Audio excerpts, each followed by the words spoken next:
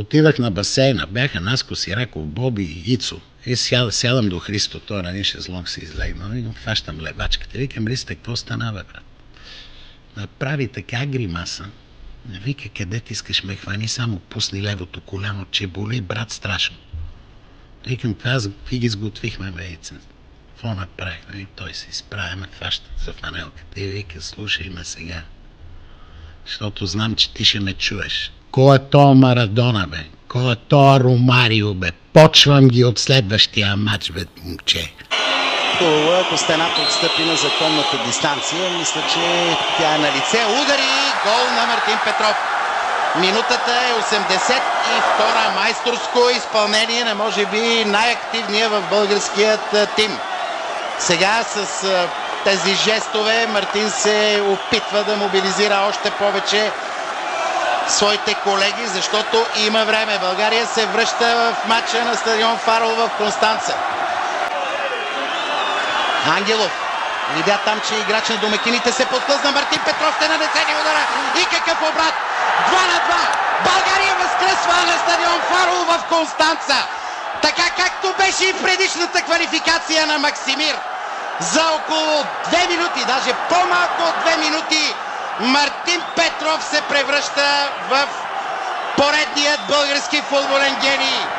Какво отиграване само! Видяхте как след първия си гол той вдъхна кураж на футболистите и виждате как. Ето така, от един на практика нулев ъгъл неговият ляв крак сякаш изригна, сякаш се възпламени. Какъв обрат само! Какъв обрат, сякаш да не повярва човек, че това е възможно. Но защо трябваше да се губи толкова много време, след като се вижда, че имаме класни футболисти, които знаят как да играят? Харватите се справят.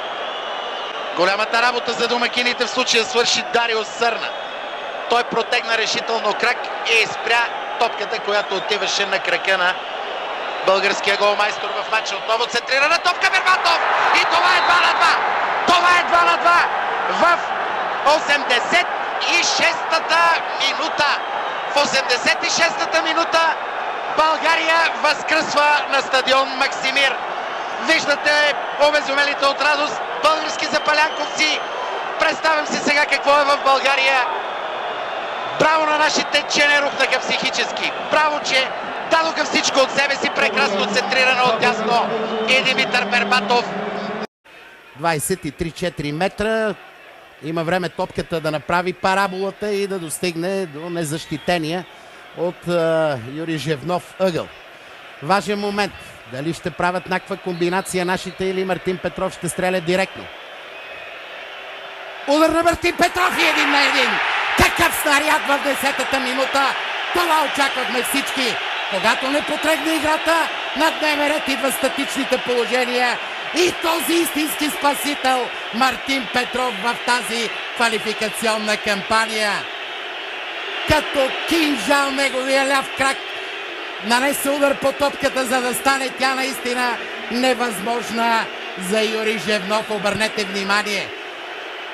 Опита се вратаря на Беларус да хитрува, направи една излишна крачка в ляво, очакваше удар в далечния ъгъл и Мартин Петров приложи една типична хитрост в такава ситуация.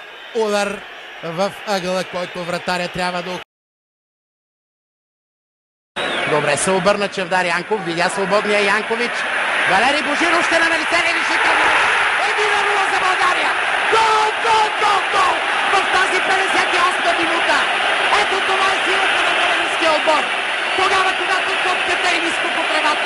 Тогава, когато тези близо двуметрови бранители могат да бъдат финтирани. Тези бавни защитници могат да бъдат преодоляни само единствено по този начин. Топка ниско по тревата и финт левия крак на Валери Божинов. Виждате го и Христо Стоичков много доблизо до нас, до нашата коментаторска кабина. Валери Божинов, който в този момент напуска играта, за да приеме аплодисментите на 20 000 зрители на националния стадион Васил Левски, вярвам, и на всички вас пред телевизионните екрани. Валери Божинов, спасителят в този изключително труден момент. Божинов, който трябва да кажем, очевидно се събра твърде много. Влезе в кошмарен момент на стадион Фарол в Констанца и помогна на нашия. Сега България! Тя е отново на ръбена гола! Христо Йонов удари какъв пропуск! Как е възможно това? Как е възможно това, Христо, кажи ми? Как е възможно? Тогава, когато трябваше само с лекота, с ювелирност, както си свикнал не един път да действаш, да поразиш вратата на съперника. Какво да се прави? И това е било писано да преживеем. Късо изпълнен корнер. Много Мартин Петров. Остро центриране на Мартин Дима. И това е гол! Това е гол! Това е гол! 2-0 за България! Гол! Сякаш дошъл от Господа! Гол! Сякаш дошъл от Господа на силния и съдбата помага! Какъв развой на матча, уважаеми зрители! Тук грубата грешка бе на словенския вратар Борут Маврич, но това си е техна работа. Работа на словенците, а Мартин заслужаваше да вдигне така победоносно ръце. Хитро изпълниха тази комбинация с Зоран Яковлев. Вижте къде напуска пределите си вратаря и тук при преземяването се вижда добре, че топката е преминала с целия обем гол линията на гостуващия отбор. На нашата контратака, но пък сега да видим дали ще може да реши мача Димитър Бербатов и го прави. Прави го по възможно най-добрия начин в 37-та минута на мача. Можем да кажем, че Пламен Марков все пак е търпелив човек, прозорлив човек на резервната скамейка. Макар че смяната изглеждаше повече от неизбежна в първите 20 на минути, Пламен Марков прояви търпение и Димитър Бербатов в 37-та минута взривява трибуните на стадион Васил Левски. 2-0 за България. Всичко се развива перфектно до тук за българските национали. А това, което трябва да отбележим, е наистина 100% ефективност както в извеждащите пасове, така и в стрелбата срещу Стипе Плетикоса. Топка за Бербатов.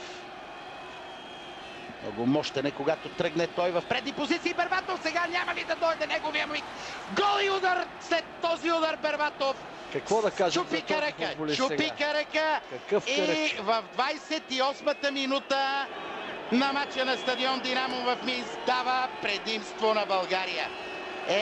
Прав си, Боре. Колко футболисти в Европа и в света могат да направят ето този пробив. Да не загубят равновесие, да не загубят присъствие на духа и в типичния си стил да прострелят Юрий. Радвам се наравно с всички в България. И великолепна проява на Бербатов и отбора показва, че не бива да му се говори. Са футболисти с достатъчно чувство за импровизация, с отлични индивидуални качества, но така се стекоха нещата, че битката се концентрира в срещуположната зона. Бербатов удар и това е 2-0. 2-0 за България в 47-та минута. Именно фланговата атака отвори шанс отново за нашият капитан и този път той не го пропуска.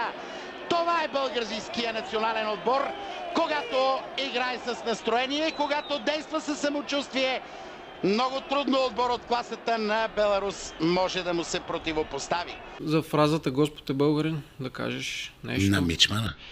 Но аз казвам, истел и гол, Господ ми помогна и той вика Господ е българин, ама по-тихо аз го чувам и повтаряме. Наша си е фразата. Сега нямаше да е българин Господ, ако не го бях поканял да коментираме заедно. Да. Аз пък пръв се обърнах към Господ с Господ ни помогна, така че нещо се запомни. То шедьовър, бисер. Както искам да нарича.